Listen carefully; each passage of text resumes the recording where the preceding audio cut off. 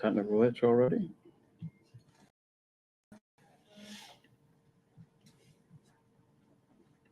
Hello and welcome to IoT North Christmas Roundtable. I'm Paul Wheels. Nice to have you all here. We're in person. We've got people in front of us today. I'm joined by John Staveley, my co-host. You can look at the camera. We've also got Evan Unrue, who's the CTO from TD Synnex, Oliver Hamilton from Intel, and Colville Wood from Cognizant. We're just going to have a bit of a chat today and talk about all the things that are wonderful in IoT and taking things from a smash up to being a product as well. We're going to kick off with John talking us through his approach on taking, what are you talking about again, John? Product and customer development, and some of the pitfalls and mistakes I've seen the various entrepreneurs I've worked with over the years make, and how I think there might be a better approach. So I'm proposing as a kind of straw man, the rest of the panel, feel free to comment on whether you think I've got it right or completely wrong. Happy to take some feedback. Excellent. And Evan, what are you going to share with us tonight? So I work for a distributor, so I'm going to be talking about some of the things that I've seen with startups and mature companies and how they come to scale and reach channels to get further scale and reach in terms of their products in the market. Excellent. Thanks for joining us. I know you've driven quite a long way, 7 hours. Oliver, I know you've done quite a long journey for about 15 minutes from Chesley Street. Thanks for joining us. What are you going to share with us tonight? So I'm going to talk a little bit about how I approach some of the techie projects and some of the methodologies that I go through, and exploring some of the equipment and tools needed to tackle these problems. Excellent, thank you. Colville, thanks very much. You've travelled a fair distance as well. Thanks very much for making the effort to come to Newcastle University Business School, who's our sponsor, who's provided the facilities, the food, and most of the audience as well. So thanks to Sarah for supporting that. What are you going to share with us tonight? So I'm going to talk about how IoT is being used and can be used in the insurance industry, which might be a little bit left field from the way it's implemented in some places, and also talk about how insurance companies are investing in developing products with IoT. Excellent. Look forward to it. If you are joining us on the live stream here on YouTube, LinkedIn, and Twitter, if you'd like to comment, ask any questions, please do in the comments, and we will answer them live. John, over to you. Great. Fine. Just a clarification from a previous meetup. I'd like to thank John Moore from the IoT Security Foundation for proposing Rob Dobson to do a fantastic IoT security talk we had previously. I didn't credit John Moore for his help there. So thank you for that, John. And if you can run my slides.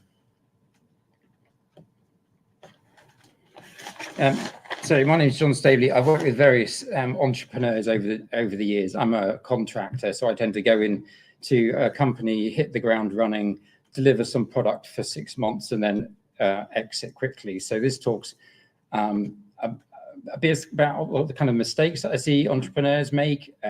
Really, this talk should be called how to develop a product with wasting minimum engineering time and getting maximum feedback from your customers, so you can guarantee you're building something that will put a smile on their face. But that didn't fit on the PowerPoint slide, so I've called it product and customer development instead. Right, so what we want to do really is get a first mover advantage in the industry, because obviously advantages for doing that. You become the brand name that people know. You can get more revenue and build a client base when everyone's scrabbling to catch up. How businesses and entrepreneurs particularly tend to work is they go over the weekend, have a bit of reflection, and then you tend to work on a new feature on Monday morning. So that's the hippo approach. The feature is developed in the highest paid person's opinion in the team. So I think a better approach would be to actually address actual customer needs and talking to that customer, getting the feedback from the customer, and then developing something that you know they're really interested in.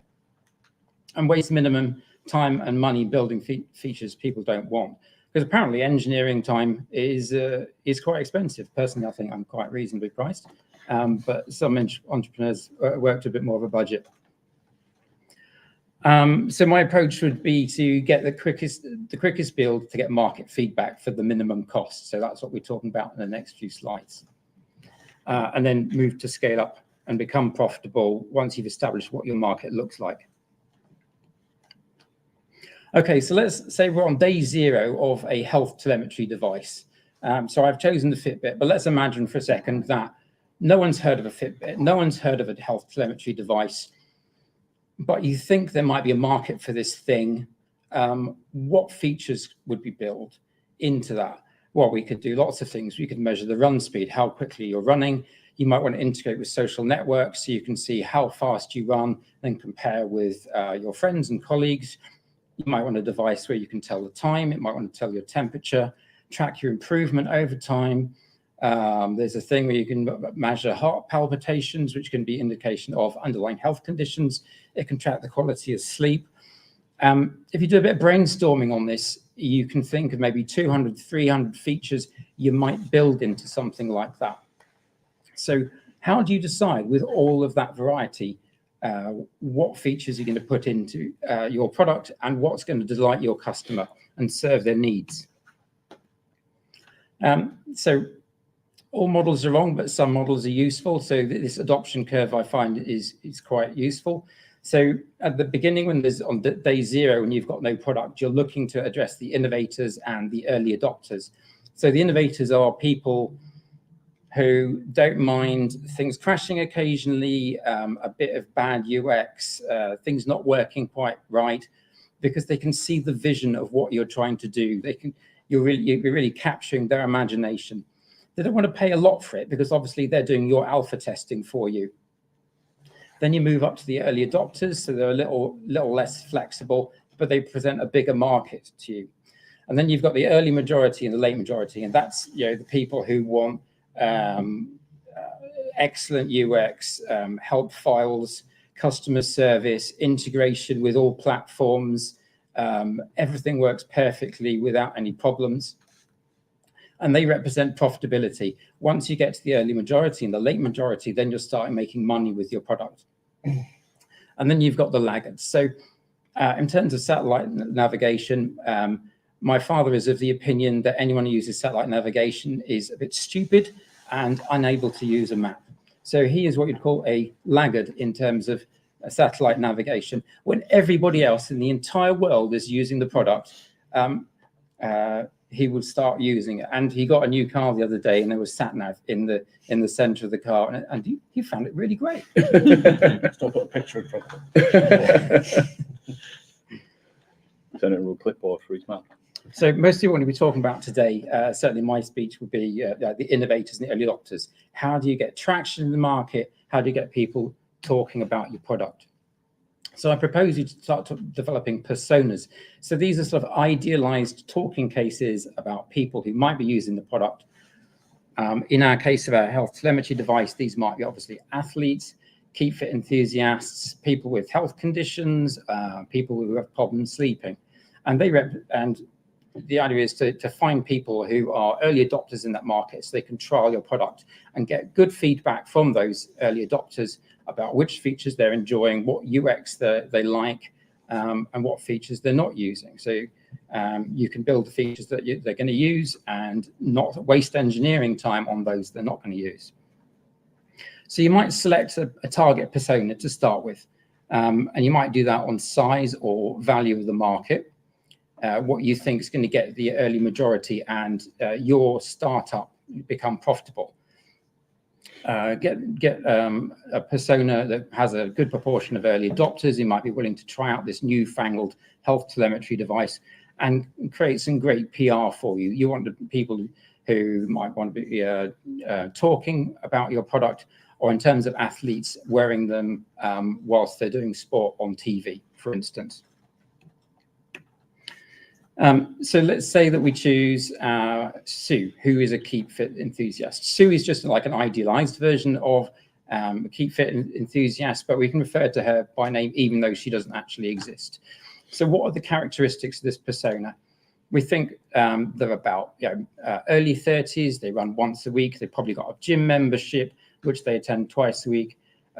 She leads 10K with friends every year and is interested in general fitness and weight control. So thinking about a persona enables you to think about what features you might want to take and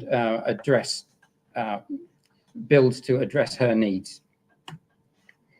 So from this, you can create some hypotheses. So Hypothesis number one, the key fit enthusiast will be interested in identifying parts of their exercise that are in the cardio range to improve their fitness. So you've got an idea of something you might want to build, and you think they might want to be interested in. So later slides will talk about how we then test these hypotheses using minimum engineering time. We might think that they'd be interested in maintaining a consistent workout routine over several weeks. They might have heart rate variations. They might be interested in comparing their progress against friends and others in a similar demographic. So these are examples of things that we might want to spend engineering time building. However, there are cheaper ways of getting feedback without actually having to build anything. You can send out a survey. You can say, these are 5 features we're interested in building. Can you rate these in terms of your priority? So once you've identified a target section of SUs in the world, you can send them out, the surveys out, and get feedback. And if you get those surveys back and no one's interested in this feature, you've just saved yourself an enormous amount of engineering time and not built anything. You can take it to people who fit your demographic with a PowerPoint presentation, run them through the feature you're going to build and say, this is what we're planning on building. What do you think of this idea? And then you can get some feedback that way. Same with interviews. So for an existing product, you can also do log button presses. So you can, if you've got an app that runs on a phone and the button says, show me if I've got any heart palpitations each week. And then log that fact. If someone presses on that button, you can then log that. If nobody's pressing on that button, that means that's a feature you don't need to build because nobody's interested in it. That button can then take you to a sign-up form because you haven't built that feature that says, you are interested in this feature. If you're interested, put your email address in here and we will email you once this feature is built. But the point is you haven't wasted any engineering time building something that they haven't wanted. And then you might want to create a prototype. So I know for a fact that the Fitbit is prototyped using Arduino. So you can take it to your early adopters and go, oh yeah, so I've got this Arduino on here. Yeah, and yeah, the battery pack. Yeah, that's gaffered to your arm as well. Yeah, oh, but I can see the potential. I know this is going to work and it's going to serve my interests. So you can create a prototype, create a minimum viable product and get some really good feedback from your target audience. So if you choose a hypothesis, the customer is interested in identifying parts of their exercise in the cardio range to improve their fitness. So this is what we want to test out using our prototype. And we might want to do a spike on that. So a spike is something from extreme programming. I use it all the time, but you might not be familiar with the term. It's basically to dispel technical problems. So well, we might have a heart rate monitor, but we don't know the power consumption of the heart rate monitor, and we don't know the atomicity of the data it will take, whether it's sufficient to prove to create the kind of data we want. So we might want to do a spike on our prototype to prove that there isn't going to be some technical problems with that. And then you can take the data that's being collected on the SD card on the device, put the results in Excel, take it, send it to your potential customers, like we've got here, and say, is this useful? So is this cardio? So it's actually my park run from a couple of weeks ago. You were 7 minutes peak, 30 minutes cardio, and 3 minutes of fat burn. Is that information useful? Are we building a feature that's gonna excite you about this product? And then you can get feedback that way. And then you can answer the hypothesis. So are my target customers interested in us spending engineering time doing this? So all the things that we didn't do on our journey to get feedback from the customer. We didn't build 4G integrations into the cloud. We didn't miniaturize all the electronics. We didn't have to build an app that linked with our health telemetry device. We didn't have to mass produce anything to get economies of scale. And we didn't launch a marketing campaign. We've got essential feedback from our target customers for minimum engineering effort. So then once you've got a sufficient number of features that you're going to go with to a mass market, what they talk about is the chasms. That's the difference between early adopters and early majority, because then your approach completely changes, and your marketing and product development approach. So yeah, there's a link that it talks about how Fitbit uses Arduino for rapid prototyping, and 4 books that talk about the approach I've just described. So the original book, 4 Steps to the Epiphany, Lean Startup, Validating Product Ideas, which has some more detailed tools you can use. And then Crossing the Chasm talks about scale up from your early adopters to your early majority. Okay, and that's me. Well done. Does anybody have any questions for John? No? Does anybody try? Yeah, Mr. Woods. Well, just on the software side of things, more software than hardware. We do software development, but find so many times that analytics is an afterthought. And actually, I think if you're actually going to go into development, actually maybe analytics has to be one of the thoughts at the very start. I don't know how you feel about it, because obviously that requires some engineering time, but it can obviously pay dividends in the long run because you're collecting data from day one. Yeah, but collecting data is not a customer requirement. So what your customer requirement is collecting data and doing something with it. Yeah. So that can't really be an afterthought. Yeah. It's the analytics that cause your customer to have a smile on his face, not just collecting data. Would it depend on the type of product it is, though? I think in his case, he's saying that the analytics has been thought about afterwards. But are you also talking about, so the requirement for the telematics, for the data, sometimes is an afterthought, and then enabling the analytics of that telematic data? No, I'm thinking of actually building in analytics for users are frustrated and you can see the button clicks and the actual going through the platform to test, to validate whether the feature you've implemented was implemented correctly or is working as you thought it was, or when you planned it with your customers, you've gone, oh, well, we spoke about this, we're going to develop that. But then you can't validate that you've done it correctly sometimes because you've got no visibility on it. Yeah. And we find analytics is always an afterthought. Everyone who's developing something seems to be, we know our customers so well that, but then actually. I would just call that logging though. So, I mean, logging is a very good way of working out what features are being used in your application and which are not. Yeah. So I always put logging in to talk to the entrepreneur to say, this new feature that we spent 3 weeks building, so far no one's gone into it. Yeah. Or this has caused a mad rush and a heavy load on the system. Yeah, so login is what I would call the analytics, but I think it's so important to consider that at the starting point because I think people forget about it. Yeah. Is that not also a part of the process that sometimes, like you were saying, your customers, like, I know what the customers want, I know what needs to be made. See, that's the highest paid person's opinion. Yeah, that's what I was just about to point on to, is like your great example of Hippo.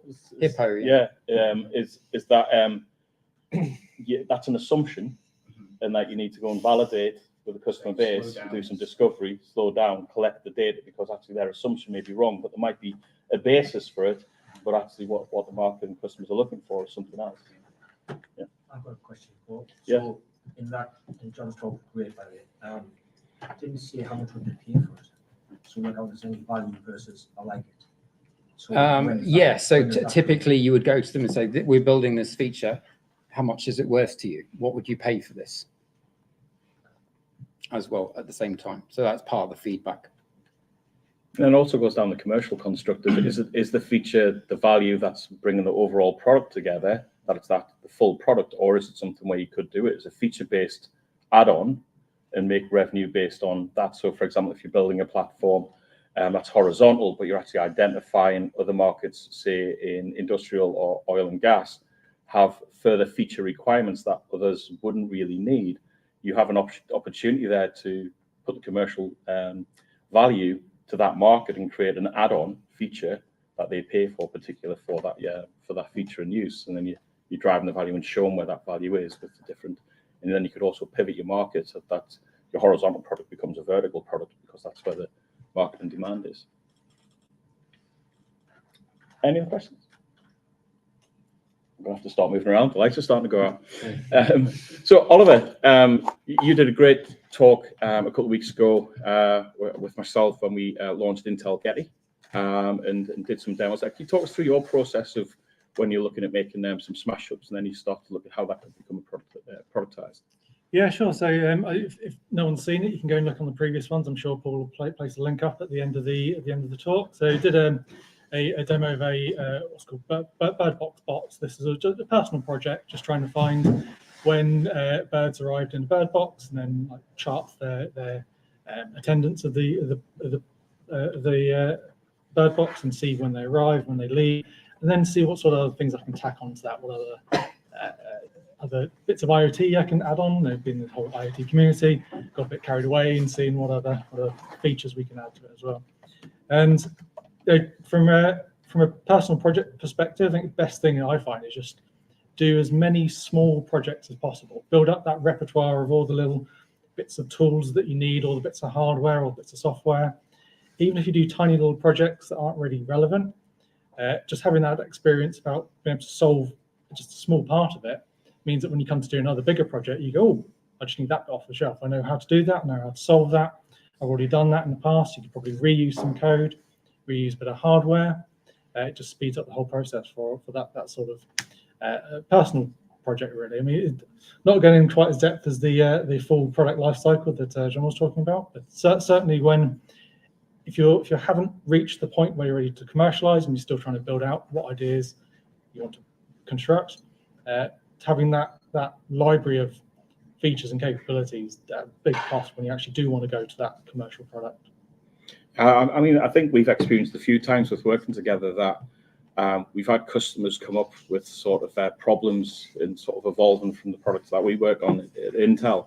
That actually, from your experience with some little hacks that you've done personally, you've actually been able to pull the cat out of the bag, so to speak, when we've been on calls and actually be able to demonstrate how that extension can work and do as well. So I applaud like the work that you do. That's really helped us really push forward with customers based on that experience of just hacking around and playing around, and those little jigsaw pieces start to come together.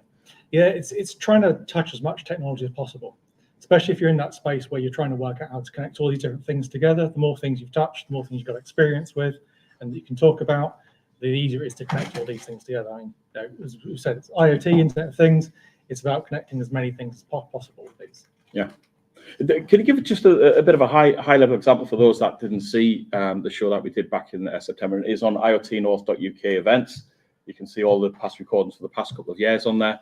But Oliver demonstrated his bird box smash up that he did in watching that. Do you want to just quickly talk through the steps that you took on the first stage through? Because you start with the camera pointing at the box. Yeah, so basically it all started with, I've got a bird box. I thought, all right, let's stick a camera in there. It'd be interesting to see what happens. Be interesting to watch them lay some eggs, hatch, and whatnot. Problem is, when you're trying to watch these things, and it's a full-time job when you're trying to view a camera to see if anything happens. So you obviously want some sort of motion detection to record events when there's a bird in there. But simple motion detection is a high false positive rate. So whether there's lighting changes, temperature changes if you're using PIR sensors or something. So then the project just slowly evolves into thinking, I need something to detect when a bird is actually there. So then I can just record these little clips, and then I can see the progress of the laying and the hatching. So then you start to evolve with the project, thinking, right, I need to, that's probably a little bit overkill, but I use some AI for this, train a model to recognize when the bird's present. And then this is the first stage of, I can now record exactly when a bird is present by using AI. And then, of course, once you start getting these little data points about when the bird's there, it just then starts to grow a bit. And you think, right, what else can I get from this? So then you can start plotting it, and you can see the activity over time throughout the day. And then you can start plotting it against the weather. And these are all the little extra bits of data that I'm getting from it that I never planned initially. The problem I was trying to solve was detecting exactly when the bird was there. But then when you start connecting all these other bits of data in, so you can see when it was raining heavily, the activity dropped off quite steeply because they didn't want to have to battle flying through the rain. And then obviously when the rain stopped, you see the activity go back up again when they're trying to feed the chicks. And then it just starts snowballing from there, particularly with these personal projects. That, right, what else can I tack onto this? And then eventually ended up connecting it to Twitter, so to tweet automatically. So when it recorded a clip, uploaded that.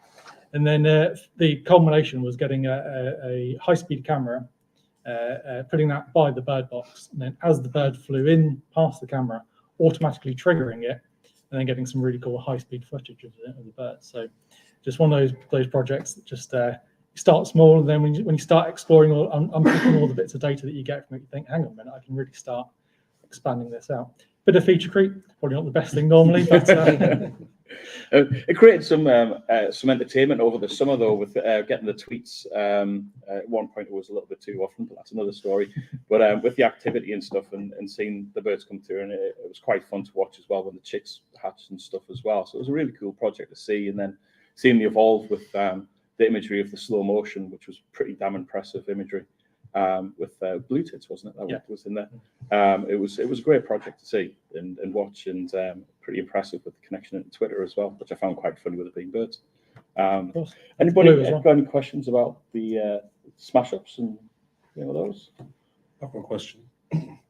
Were there any things you really wanted to do, but the payoff maybe wasn't quite there for the complexity of doing it, but it would have been really cool? I don't think I reached that point. No. So because the project evolved quite slowly. So the initial goal was just, hey, can I only record when birds there? Then once I've got that done, then it was the feature creep of what can I do with that? Then when I reached the point of getting these high-speed videos, then I thought, yeah, that's about where I want to end that project. To be honest, I have to quite a high degree to be fair. Yeah, so then, to be honest, I've now got a second project on the back of that, which I mean, I'm a bit time bound with that as well, because they lay their eggs, they hatch, they leave. So it's kind of the end of the project at that point. So that's as far as I could take it at that point. But now what I'm working on is using some couple of mirrors that rotate in X and Y, and then see if I can track them actually as they fly. Wow. So that's again going that a little bit further, but run out of time just for the nature of it. Time to do your job as well. Apparently, at a high level as well, I can assure you. So is that so? Just to touch on it. So Oliver was showing me some visual tracking that he was doing with juggling balls and using synthetic data as well to build that out. Is that where that project started to evolve from, with the tracking of playing with that kind of? Yeah, exactly. So obviously the birds have flown the nest, so I can't work on that side of it anymore. So I can find a substitute. So this again comes down to modularity of building these little parts of different projects, and this started again just trying to as a little side project. If I can track a juggling ball in the air, you can do that obviously with quite a wide angle camera like we've got here, but the problem is all those pixels are spread out over a wide area, so the resolution isn't great. So then can I get a zoomed in camera to track it, so I can get the high resolution imagery to track the object as it's moving? So then I'm juggling balls around and having these mirrors twitch up and down, left and right, trying to track the juggling ball. To do that, it takes quite a bit of data to actually train these things. So they experimented a bit with synthetic data as well. So 3D modeling of a juggling ball, and then using that to train the model, so I don't have to do quite as much manual work training the vision models. But now I've got that bit working. That's now a tool in my bag that is that can be a module to the bird box bot. So the time-bound nature of the first project, I've managed to work on this one in the dark evenings now. But now that's at a good enough stage, so hopefully in the spring, when that comes up again, I'll be able to then use this bit of kit again to start tracking the birds as they fly through the air. Be watching Twitter. Yeah, if it's still around by now. If it's still working on that. We shall see. That's absolutely brilliant, Oliver, and thanks for being on the show again. Really appreciate it. I know how busy you are because I keep sending you work. So, Evan, TD Cynics. Yes. So a bit of background for those that haven't yet encountered a distributor. So we are probably one of the biggest companies you've never heard of. So about a $60 billion company globally overall. But we are never the name that sits in front of the end customer. So generally speaking, an end customer, a business, will buy through a technology reseller or integrator or a service provider, and they will go to a distributor. And we provide them access to a portfolio of technology. In simple terms, for the vendor, So that's the likes of Intel, or I won't mention the name, which, or whether it's AD-Link, or whether it's whoever it might be. They want to focus on their top customers and their top resellers and their product. So they go to a distributor to help them take on the job of engaging with a broader audience of all the other technology resellers and integrators. So, our whole function is to provide reach and scale.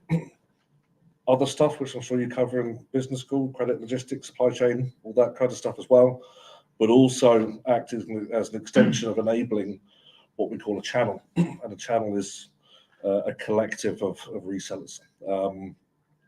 All system integrators, all service providers, and I mention them differently because they all approach the market in slightly different ways. So that's what we do. Historically, distribution has been viewed as credit, logistics, and supply chain for vendors. It's evolved over the years, and now we're expected to really kind of be in the thick of adding value to help technology resellers engage with their market and drive adoption within their market at an accelerated pace. So our team is data and IoT. So that's everything data related, AI, Internet of Things. And I'm effectively a sales CTO type function for our data and IoT team. Over the last, 6-7 years, I would say, there was a point where I was engaging with, interviewing, evaluating anywhere from 30 or 40 different IoT or data AI related startups a month. So lots and lots of phone calls, and kind of seeing the beauty of distribution is that we get to see the hopes and dreams and fears of the big vendors, the little startups, the resellers that want to take this out to market. So we're really kind of primed to get that 360 feedback from what the market's wanting to do, is actually achieving, etc. So I wanted to talk a little bit about some of the things we've seen, and I suppose some of the an extension a little bit about what I was talking about. Once you have a product, how do you reach an audience? And when do you engage with the distributor? Historically, and Paul, feel free to throw something at me if I start approaching time. Historically, distributors are the kind of company where if a technology company reaches $100 million and they want to grow to be $250 million, but they don't want to invest in a sales force to do that, because that's a lot of salespeople to achieve those kind of numbers, they'll go to a distributor and go, find me lots of other salespeople, which is through these resellers. Generally, those are the bigger companies, the IBMs, the HPs, the Ciscos, the Dells, the Lenovo's, all the Intel powered ones, plus cloud, plus printers, plus every other thing. What we're finding is that the pace of technology with AI and IoT, this market is evolving and twisting and turning in a variety of weird and strange and beautiful ways.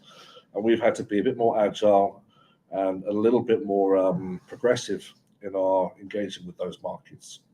IoT as a technology in the OT space, in the automotive space, look at M2M, for example, been around quite a while.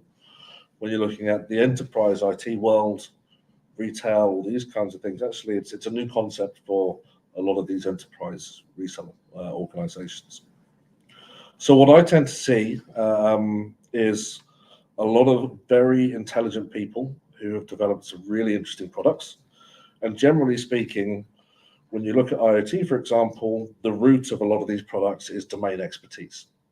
Because typically what you tend to find, with the exception of some platforms, but what we're seeing increasingly is heavily verticalized platforms around IoT or use cases. Platforms like Getty, for example, are horizontal, but an ISV, independent software vendor, might use Getty to train a heavily verticalized platform for healthcare, for social care, for transport, for local government, for example. So typically you start with some domain expertise, and this might be that someone has come from an organization, they had some great success selling into a certain vertical, and they've got some friends that are very intelligent, good developers, good engineers. So they will pick up a concept, they'll develop a minimum viable product, They'll go through all the stages that John was talking about in terms of that product lifecycle development, and then what do you do? We talked about the chasm briefly, and distribution generally likes to be involved on the other side of the chasm. So when we talk about that hype cycle, you have the early adoption piece, then the spike at the top, which is the heightened expectation period. Everyone's excited about our technology. We have to be there for that. We have to build the buzz. But then you have this horrible thing, which every vendor and every distributor hates, which is called the trough of disillusion. And then you have the plateau of enlightenment, I think they call it. And the trick is to try and jump from that bit to that bit over the trough of disillusion as quickly as possible. So we try and create enough noise and get enough resellers engaged to skip through that bit as quickly as possible for the right products, with the right companies behind it. That might happen. But what we like is when a use case is proven. The world of IoT 5 years ago was full of what we call kind of POC science projects. Lots of people trying to prove their concepts, customers taking companies' time for free on the promise that they'll order something if the business case is right. I promise I will, but it never happens. And now, PLC graveyard. yeah, that's it. And now we're kind of at the stage where actually, in most cases, the use case value, the concept is typically proven. There's just a number of ways to get to realize that value. And now we talk about proof of value rather than proof of concept typically, and that's specific to the customer. So you've got a product, you've gone through the bit that John's talking about, and I'm going to present you with an imaginary spectrum here. So here's 0, here's 100. And the question is, do you engage your customer market with 0 operational readiness? You've got a product, great. You've got a little black book with some phone numbers, fantastic. You can either start engaging customers here when you haven't defined your back office, you haven't defined how you've commercialized your products, you're going to monetize it, that atomic unit around which you will license a product, all these kind of things. And you can start there and then find yourself on the back foot trying to figure out how to sell to a customer. And I see so many organizations, oh, that was new. So many organizations have some great IP and some software, but until you've kind of built that commercial model, you've developed the screens which the customer will consume repeatedly, I tend to look at that spectrum of, do they have a capability or do they have a product? Until they've developed a licensing structure, until it's self-service, if there's lots of development time required with the customer to get it up and running, I tend to say they have a capability more than a product. We're more interested in product. So, when companies come to us, a lot of the time they will be still working with a few friendly customers, people they know from old, who maybe work in universities, maybe they work in healthcare, and they're running POCs. They'll come to us, they go, we've got 3 customers, and they're great. They're healthcare authorities, we've got a big university, we've got a factory, and what you don't know is it's people they know, customers taking the work for free. It's not delivered at production at scale. So going through the alpha and the beta and proving, delivering the concept, everything else, that's fine. We want companies to have done that. But ideally, what you then want to look at doing is getting a customer to pay for a product through which you have developed a licensing model for. And that's pretty critical for later on. Bring on your first few direct customers around that model, maybe tweak the model. Some companies start with a revenue share or a, what do they call it, a value share, if they can prove saving a certain amount of energy or money for the customer, they want a percentage of. For me, that's not good enough. Have a price. And run it in with those customers, build that, work with them for a period of time. And then if you get to the point where you think, okay, we're now ready to take this out, you might then start to approach a couple of resellers directly, for example. Start to work with a few partners, go, okay, I want access to market. How do I get slightly broader access into healthcare? Let's find some healthcare specialized resellers or integrators, or into public sector or into manufacturing. Let's find some companies, work with them to understand how they sell, how they approach the market, what their knowledge in this domain is, how we can assist them in the sale, and then ultimately work backwards from that. So that would be what we would call a direct channel. You're directly servicing a group of partners. Then the next stage is, okay, I've got X number of partners. I don't want to spend all my time dealing with partners because I don't have enough time to focus on my product. I'm constantly having to be on the end of the phone or be in a meeting with a partner, helping sell to their customer. Okay, now I need a distributor. And when you come to a distributor, we're going to ask you a number of questions. So firstly, how many deployments do you have which are at production? And don't lie about POCs. That's typically one of the first things.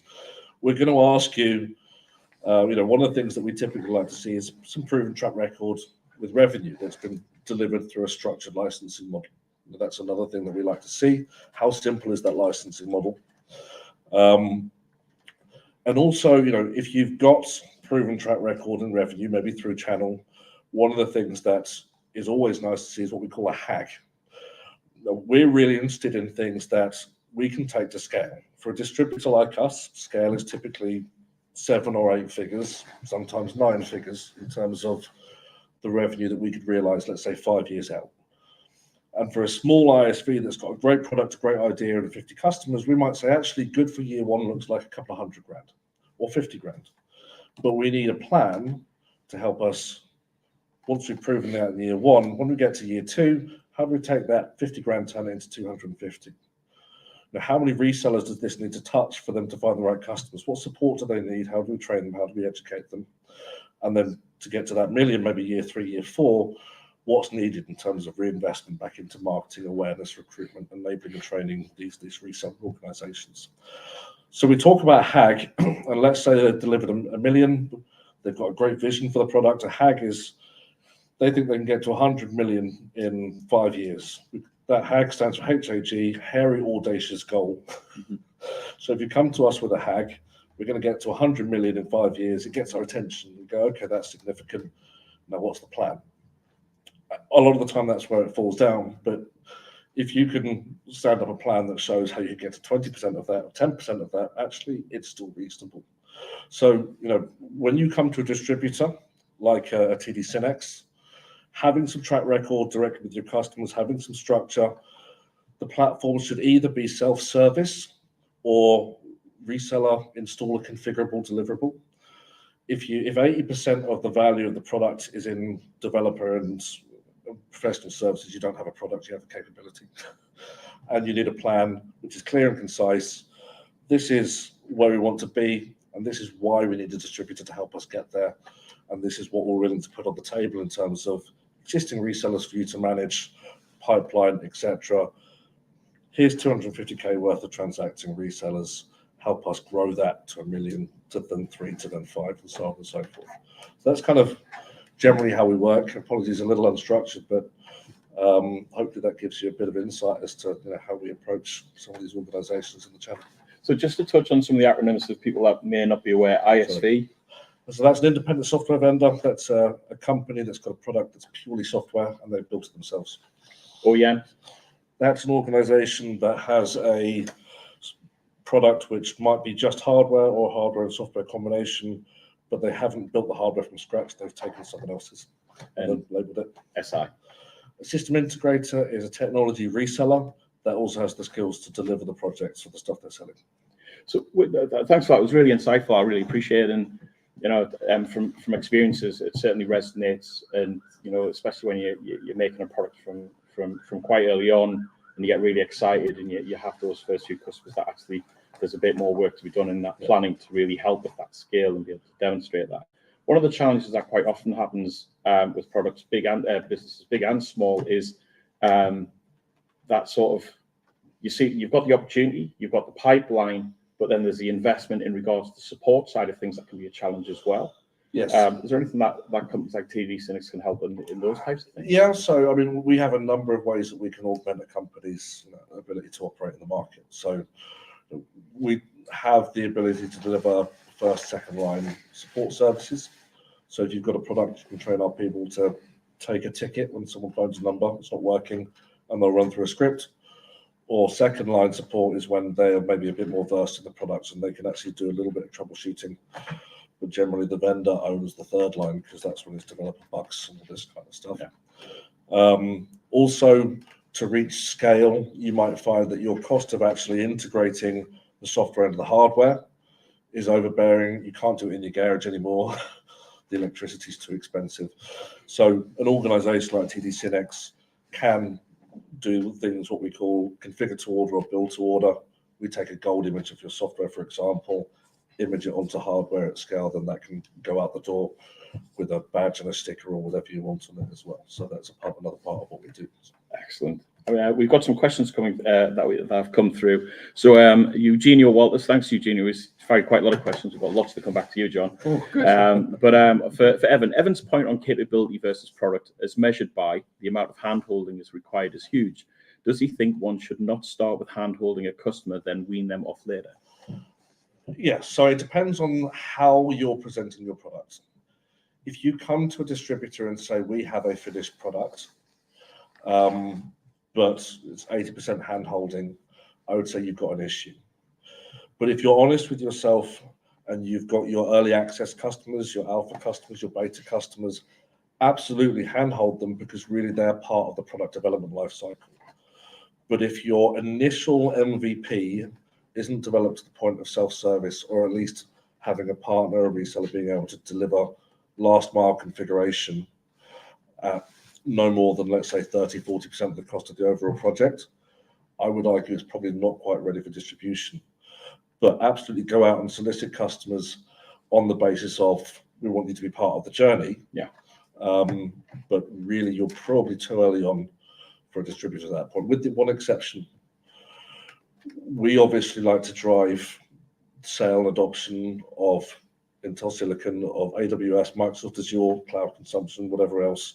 We will work with ISVs to help them build and develop their products because it will then drive consumption of other things we sell, and we will help you get to market. Coming up to us with that approach, being more open and honest, that's different than coming to us as a finished vendor and saying we're ready. Yeah. And that's a different approach. Yeah, I think one of the best learning experiences I've had with taking products to market is early adopter programs and getting a good, varied customer base and being in touch with them constantly. Yeah. And you can sometimes find absolute unicorns in those groups that give you absolutely amazing in-depth feedback and really good pointers from their experiences with their products to help you with yours and stuff as well. And having that regular communication with them is absolutely pivotal and really helps accelerate your products and get through those potential pitfalls that you may not have been aware of sitting on the other side of the fence. And a technology vendor or a distributor that's working with those companies at that stage, they refer to that as an incubation program. Generally, we have to be geared in a certain way to deal with that. Yeah, excellent. Colville. Yes. Thanks very much for joining us. From Cognizant, do you want to touch a little bit about your role and how you work with customers and take sure. to market? So Cognizant is a system integrator, and another company you may or may not be familiar with. So we work predominantly with the Global 2000 companies. We provide a whole range of IT services to them, from software development, testing. We run some of the largest companies. We run all of their IT. We do business process outsourcing as well. We're about 340,000 people at the moment. And my role is to look after UK and Ireland insurance customers and prospects. So we work with the top insurance companies in the UK, and also they are also top insurance companies, but they're the London markets, which are a bit smaller companies, but they act as a single group around Lloyd's of London. So my role there is I run a team of solution architects and business architects. So we work with all of our clients to give them the best solution. And that's both kind of traditional stuff. So if they just want to cut the cost of your IT department, we'll just outsource it and we'll just move it offshore and give you significant reductions in that. If you want to move all of your in-house applications onto the cloud, we'll do that for you. If you just want a massive testing factory, we'll do that for you.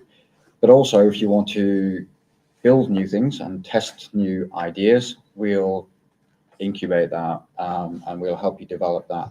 And we can bring engineers from lots of different specialties. So a lot of the tier one companies like AWS and Microsoft, we have thousands of engineers who specialize in those technologies, but also we have groups of engineers who will specialize in other niche technologies within particular markets. And we don't, so insurance is a significant part of our business. I think we've got something like 50,000 of our associates work across insurance projects worldwide. So you can see it's a significant portion of the business. But we also work in telco, we work in logistics, we work in manufacturing, and we work with most of the large digital companies that you're familiar with, but I'm not allowed to name, but you'll know all of their names, and we support them in a lot of their frontline technology. So we the benefit of that is we can bring engineers that have experience in high velocity trading environments or retail environments, and we can bring them into insurance and give them some new ideas. So we're arranged go to market vertically and by country. So I'm UK and Ireland insurance, and so there's European insurance and there's US insurance. But then all our engineers are aligned horizontally, and my job is to find which of our horizontal capabilities will best meet the vertical market that I work in. I'm also allowed to not sell Cognizant stuff as well, which is great. So I'm totally independent because we want trust from our customers. So I'm not going to sell them something that is not good. And we work with distributors to bring all of that capability into our customers. So I also run an innovation and incubation capability that I, one of the things, so if I talk specifically about insurance, and then I'll come on to IoT, I'll come down into that bit, but insurance companies, they don't like taking risk. Their whole job is to remove risk from other companies, so they don't like taking risk. So when they are looking to develop new products and to move into new areas, they really want to take the kind of least risk approach to that. And all the things around the kind of adoption curve, we see that insurance companies are laggards, right? They're right on the end. And as an example of the pace of an insurance company, we got asked beginning of last year by a life and pensions customer. They said, "We've got this old application. We'd like you to look after it for us." And what do you want? We just want you to maintain it, make sure that it's regulatory compliant, and just run it, until it's finished. And we said, "Yeah, okay, that's fine. How long do you want us to look after it for?" And they said, "About 70 years." So that was the last, because it's a life insurance policy. That's when they expect the last person to die on that system and to pay out. So that's the time frame that some of these organizations are looking at. We're about a bit more than 5 years ago, when kind of IoT, the history of IoT, insurance and IoT is quite closely linked. Insurers, although they're laggards, they can also sense an opportunity, right? So what are they looking for? Insurers are looking to avoid paying out claims, and that means two things. I mean, maybe three things. So the first thing is understanding what the actual chance of something happening is. So just like a bookkeeper, they want to know who's going to win the race, who's going to lose the race, and then they're going to set their odds, and you're going to pay your premium depending upon where you are in that. So they want data to understand what price to set. The second thing they want to do is prevent paying out. Right. So then they want things like fire alarms in your house, because a fire alarm will tell you there's a fire, go put it out, and then they don't have to pay for the whole house, they only have to pay for half the house. So prevention is a really important part of what they do. The third thing they want to do is to they want to be able to test whether the insurance that you bought was valid at the time of the claim, right? So if you have an accident in your car, the first thing that the insurance company is going to check is, have you got an MOT? Because if you haven't got an MOT, you're not covered. They're not going to pay out.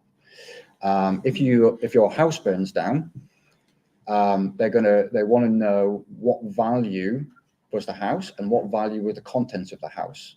And if the value of the house and the value of the contents of the house is different from what you told them when you bought the insurance, they're not going to pay out. Right? So, or they're not going to pay out as They'll much. scale it. Sorry? They'll scale it. They scale it. Yeah, they scale it on based upon where you are. So they're looking at this.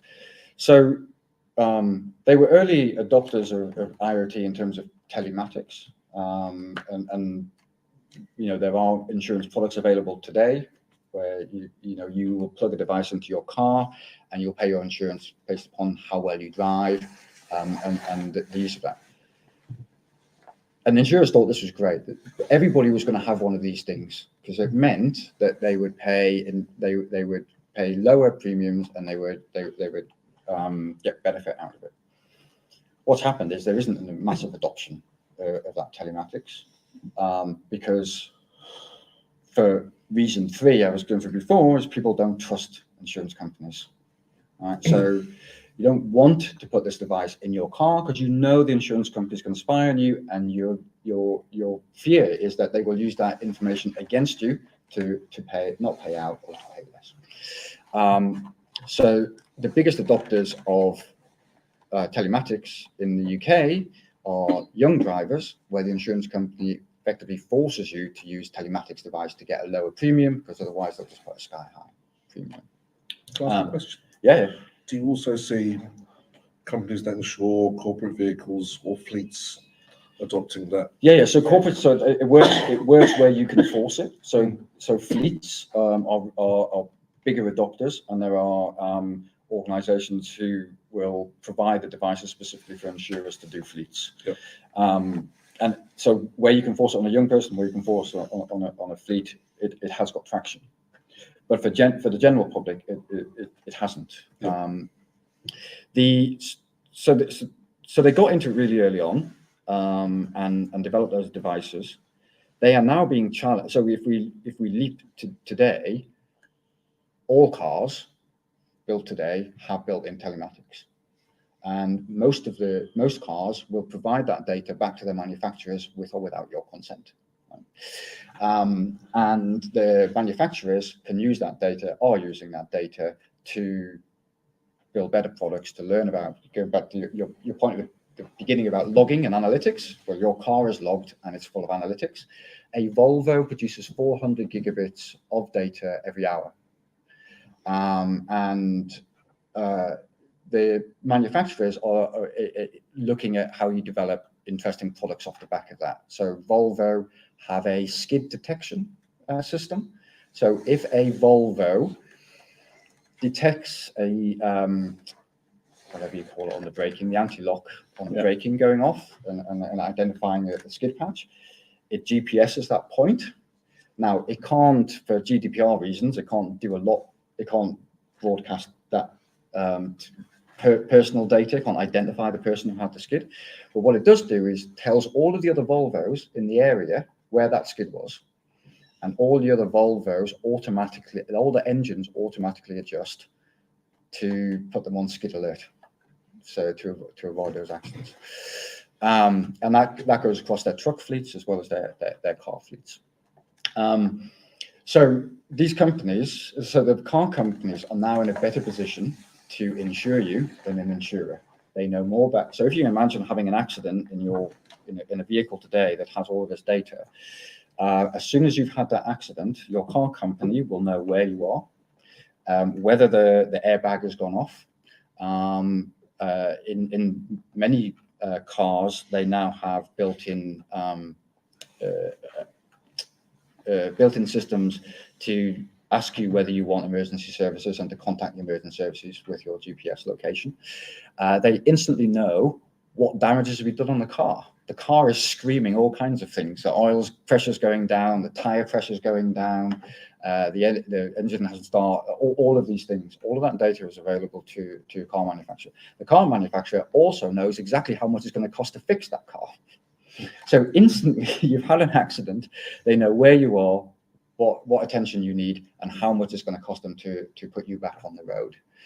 And an insurer an insurance at the moment has to wait until you've called them up to log your claim, and then they have to wait for a garage to tell them how much the estimate is.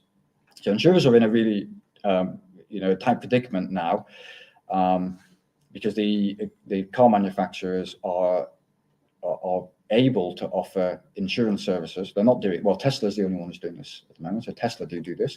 They pay as you go insurance built in with your car, and other manufacturers are going to be looking at the same thing.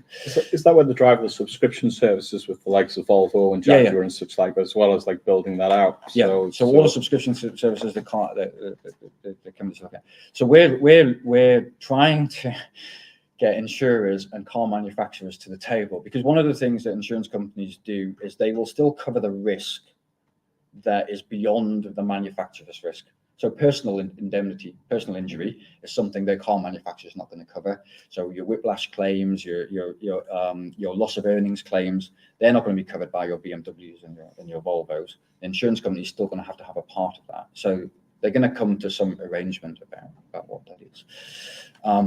But I kind of left a bit over the story, because in the middle of that story, insurance companies thought IoT was a really good way, and they invested a lot in that, and with very low success rates. One of the ones that I know is kind of partially successful was for housing associations who invested with an IoT company to develop mold detection in their flats. Mold is one of the biggest costs for insurance companies in large property portfolios. So being able to detect that. So a company that had property and wanted to insure them would get lower rates if they put the mold detectors in, and then obviously address the mold when they came out. But the return on investment from the insurer point of view was very low, and so direct investment from insurance companies into IoT has fallen significantly. But what we've seen in that time is the property companies themselves, they have an interest in putting the mold detection in there, because if they put the mold detection in there and they get their property maintenance people to go and fix the mold problem, they won't have to make a claim. They then go to the insurer and say, I'm not going to make a claim for mold. I want to reduce my premium. But the property development company, the property management companies are using the sensors to do all kinds of other things as well. So they're getting significant benefits. And we're now seeing companies, there's a company called Archipelago, and they provide data solutions. They take data from IoT, but other sources as well, from companies that have global property portfolios. And so they offer a service to those companies saying, we will give you all of this information. We'll tell you how to manage your property portfolio better. So if you are a logistics company like or an Amazon, you have properties all over the world, Archipelago will go and take all of your data and tell you which properties are running better than other, how to make them more efficient. But what they also do is give all of that data for free to insurance companies. And they say, okay, insurance companies, you want to insure this property portfolio. Here's all the data. What can you offer our clients? And this is the model that's emerging for insurance companies. They don't want to invest in the IoT devices. What they want is to acquire the data and the events, the insurable events and perils that data is indicating, so that they can provide better products, better services, and address those three concerns. Can they price better because they know the risk better? Can they prevent claims better? And can they prevent paying out and detect? Or here's the one that I keep throwing at insurance companies. If you've got a telematics device and you are insuring somebody who's driving down the motorway, if they break the speed limit, you don't have to pay out. Right? If you know they're breaking the speed limit, do you have a duty to tell your customer that they're no longer covered? Right? And this is the dilemma. This is one of the dilemmas that insurance companies are coming to terms with. If they get data that suggests that their clients are not covered, what do they do about it? Now that's an extreme example because you're breaking. Write them a letter and say you're going off cover in 30 days. Well, And then they minimise the risk to the insurance company of the bad risk. yeah, so you can do exactly, but then you can offer better customer service. So you take the example where you're only insured to operate certain types. So if you run a property like this one, right, that has a normal distribution of usage, so mainly during the day, not much at night, an insurer takes that into account when they're assessing the risk and the premium on that building. If they're getting data that suggests that building is being used other than what their expected usage patterns is, then you have the same thing. You write them a letter, right? But you have the ability, and you have the ability in devices to do that, to offer additional cover in real time, and to scale the premium accordingly. They not offer the cover. Sorry? They say that you're off cover because you're not complying with the requirements as per the schedule and not pay out. Well, but this is what I'm saying.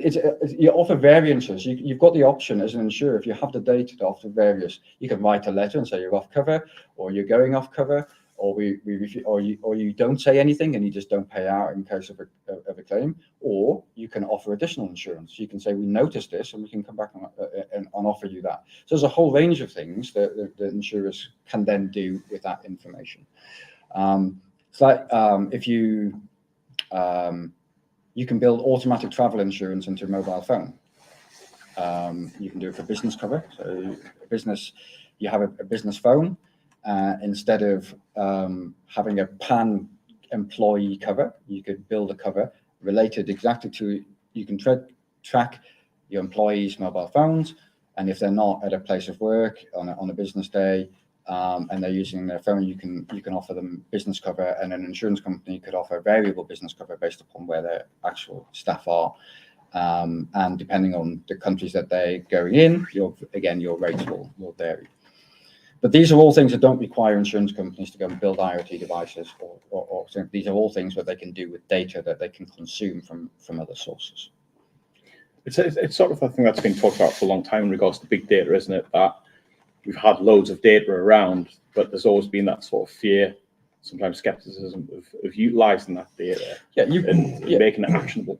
Yeah, and then there's another problem that insurance companies struggle with is, in order to build the models to understand whether they can reduce the premium, they've got to have the data. And if they don't own the device and they're not getting the data, how do they get the data? Yeah. And that's where you get these, the insurers have to, I think, be a little bit more open to working with companies who are gathering that data in order to have those conversations. Yeah. But there are definitely examples where companies who are using IoT data, so a manufacturing company I spoke to a couple of years ago, they had factories around the world, and they went through a whole process of installing devices in those factories to monitor production rates, monitor usage rate. And with that data, they were able to identify that 2 of their factories were responsible for the majority of their insurance claims. And if they closed those factories, they could, instead of paying the premiums to cover that particular loss, they could put that money in the bank and cover the losses from the other factories. And that's what they did. I mean, that terrifies the insurance companies, that when businesses start to realize that actually it could be their own insurance. Yeah. And play the same game they do. And I was at a conference yesterday with the London Markets Insurance, and they were that specific point got raised. Yeah. By one of the insurers that I sat next to. Do you think you get to a point, all these open data initiatives that are kind of happening, where you'll have maybe an app for your phone, which is tethered to the VIN of your vehicle, or whatever else. It will say, do you want to opt into sharing your vehicle data with your insurer? Is that coming? Yeah, actually, we've had conversations with people about that. Yeah, and it's so. Aviva have that now. Yeah, there's an Aviva app. But it's an Aviva app. It's what you're saying is this is not an Aviva. This is you get a BMW app when you buy your BMW and it's connected to your car, and on your BMW app it says, do you want to share your data, your BMW data with your insurer? No, you want to pay the money for your heated seat. Yeah, that as well. Yeah. So we've had those conversations. We've had those. It's like the private health insurance companies in America. With your iPhone, so depending on who your provider is, you can share your data from your iPhone, from your scales, your watch, and everything. That you can choose to share it with that provider. Yeah, and reward points generally as well towards the gym. Yeah. The trick, the difficulty is ensuring that the lineage of the data conforms with GDPR. Yeah. And that's so, but it's a. There's an interesting kind of on the automotive side of things. I can't remember the exact number, but most vehicles have more SIM cards than people would expect them to have. Yeah. Because your brake manufacturer, your gearbox manufacturer, your engine manufacturer, they all want to have, immutable data directly in the event that a claim might be made that the gearbox caused a loss of life, for example. They don't trust Volvo or BMW or whoever to be the intermediary. Do you think that'll get in the way of that whole app opt-in, or does BMW have access to all as well? So I don't know. I mean, I don't know what level of sharing they have at that point. So that will be I'm just at the insurance level. I'll go to the automotive guys and everything. We have overrun by 12 minutes so far. I'm going to open up for 3 minutes whilst we're still streaming live. If anybody has any questions for Colville. I know that you're all dying for the pizza behind. What does future manufacturing look like as far as IoT is concerned? And how is that going to be? What's the path towards it? What's that for? Well, I was going to ask you specifically about shortages of equipment and devices that are unavailable in the supply chains and stuff like that. But I think maybe it's for whoever wants to take it. I mean, when you say shortage, do you mean shortages of manufacturing equipment on their line? Switches, firewalls, that sort of stuff. Yeah, I mean, that's a whole area. I might not cover it in 3 minutes, but generally speaking, if we see the direction that manufacturing is taking with Industry 4.0, smart manufacturing, whatever else, there's the overarching measure that they have for how efficient their manufacturing operations are OEE. So if you're familiar with the term, that's overall equipment effectiveness, and that's going to measure machine uptime, performance, and quality output. And there's a bunch of stuff there. So it's preventing short stops on the line, that's detecting defects quickly in materials and stopping that holding things up. And if you do that on an individual, you have an OEE value, that's great, you can reduce some downtime. If you have that data collectively across a whole production line, you can start to see some patterns and correlate. You start to do it across a factory, you get richer and richer data. And I think it was GE had the grand vision with something that they called Predix, was to be able to gather that telemetry from manufacturer equipment directly so that they could use AI and digital twins of all these different manufacturer equipment to help fine-tune settings on the fly for these devices to reduce downtime, all this kind of stuff. So from a production perspective, reducing downtime, being as lean as possible, making sure your equipment is as efficient as possible, that's taking that telemetry, having that data lake, that digital twin model, and then putting it to good use. I mean, John mentioned earlier, the data isn't really the gold, it's the action that comes out of it. And they're looking for automated action around configuring lines, around scheduling maintenance, around doing all this kind of stuff. So that's kind of one side of things.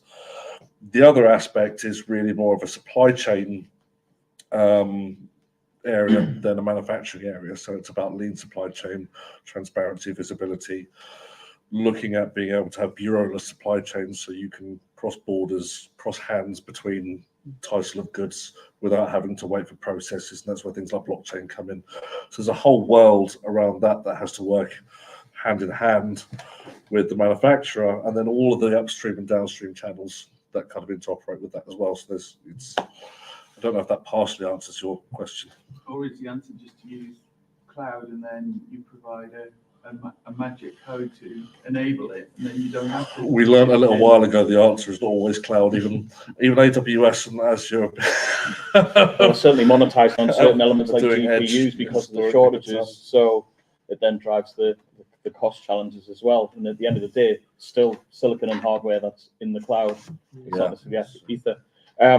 We need to wrap up because John needs to get a train. There's pizzas there, and we will continue to have a chat, and everybody will be around for a bit. But first of all, thank you very much to John for this chat. Evan, Oliver, Colville, and Paul Wheels.